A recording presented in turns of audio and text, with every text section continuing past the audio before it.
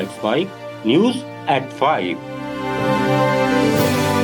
लोकसभा में नेता प्रतिपक्ष राहुल गांधी ने बीजेपी पर भारतीय संविधान को खत्म करने की साजिश रचने का गंभीर आरोप लगाया है।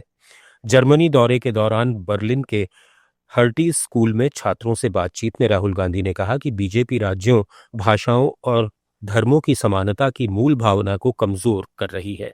राहुल ने आरोप लगाया कि सीबीआई और ईडी जैसी केंद्रीय एजेंसियों का इस्तेमाल विपक्षी नेताओं के खिलाफ राजनीतिक हथियार के रूप में किया जा रहा है।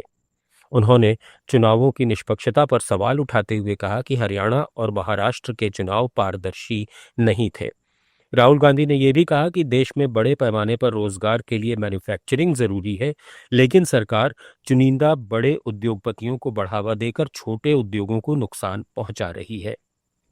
इस पर बीजेपी ने राहुल के आरोपों को खारिज करते हुए पलटवार किया है। भाजपा नेताओं ने कहा कि राहुल गांधी विदेश जाकर भारत को बदनाम करते हैं और देश में अराजकता फैलाने की कोशिश कर रहे हैं। केंद्रीय मंत्री गिरिराज सिंह ने कहा कि राहुल गांधी हताश हैं, वे क्या बोलते हैं उन्हें कुछ पता नहीं।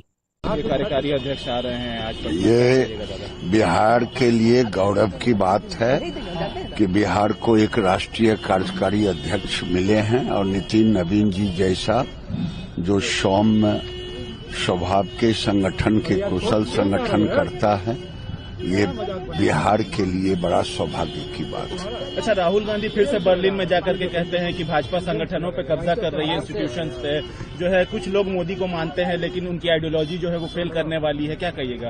अरे, राहुल गांधी फ्रस्ट्रेटेड है। राहुल गांधी क्या बोलते हैं उनको कुछ पता नहीं है।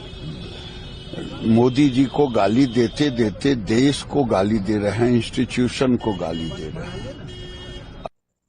अरावली पहाड़ियों को लेकर सियासी टकराव तेज हो गया है। सुप्रीम कोर्ट के अरावली पहाड़ियों की परिभाषा बदलने के बाद राजस्थान में विरोध प्रदर्शन हो रहे हैं।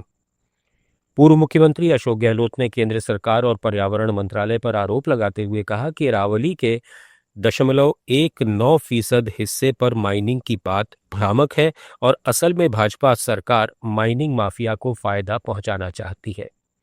गहलोत ने यह भी खुलासा किया कि सरस्का टाइगर रिजर्व में संरक्षित क्षेत्र की सीमा बदलने की प्रक्रिया सिर्फ 48 घंटे में मंजूर की गई। जो क्रिटिकल टाइगर हैबिटेट था वो उसको बदलने का प्रयास किया जिससे कि वहाँ माइनिंग शुरू हो सके। मैंने सुना था 50 माइन्स थी वहाँ पर। उसके कारण और लोगों को वहाँ कई तरह के संदेह पैदा हो गए। बल्कि एक इंडियन एक्सप्रेस की रिपोर्ट है कि मिस्टर राठौड़ नाम के व्यक्ति ने तो पीएमओ में शिकायत की थी कि बहुत बड़ा करप्शन हो रहा है यहाँ पर सरिस्का के अंदर। ये नौबत क्यों आई आपके रहते हुए? आपके रहते हुए नौबत क्यों आई? 24, 25, 26 जून को, इसी 24, 25, 26 जून को 2025 के अंदर 3 दिन में ही राजस्थान वाइल्ड लाइफ बोर्ड ने रिपोर्ट बनाई और नेशनल टाइगर प्रोजेक्ट की जो कमेटी होती है उसके अंदर ही पास हो गया।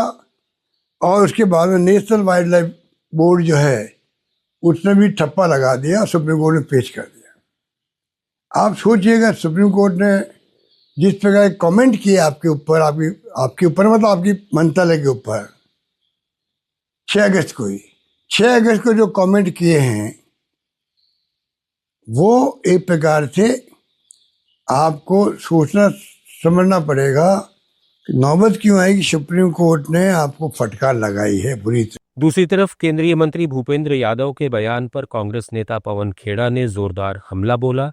उन्होंने कहा कि मंत्री हरी भरी अरावली नहीं बल्कि साफ सुथरी अरावली की बात कर रहे हैं, यानी पहाड़ हटाने की सोच। उन्होंने आरोप लगाया कि सरकार माइनिंग और रियल एस्टेट माफिया के इशारे पर काम कर रही है। इससे पूरे इलाके का इकोलॉजिकल बैलेंस बिगड़ रहा है। I don't think they are talking about green Aravallis. They are talking about clean Aravallis. Just remove them. They are playing in the hands of the mining mafia, of the real estate mafia, and they are destroying the ecological balance of an entire region which constitutes a very fair share of this country. News eight 5 में फिलहाल इतना ही। जुड़े रहिए let's mic के साथ।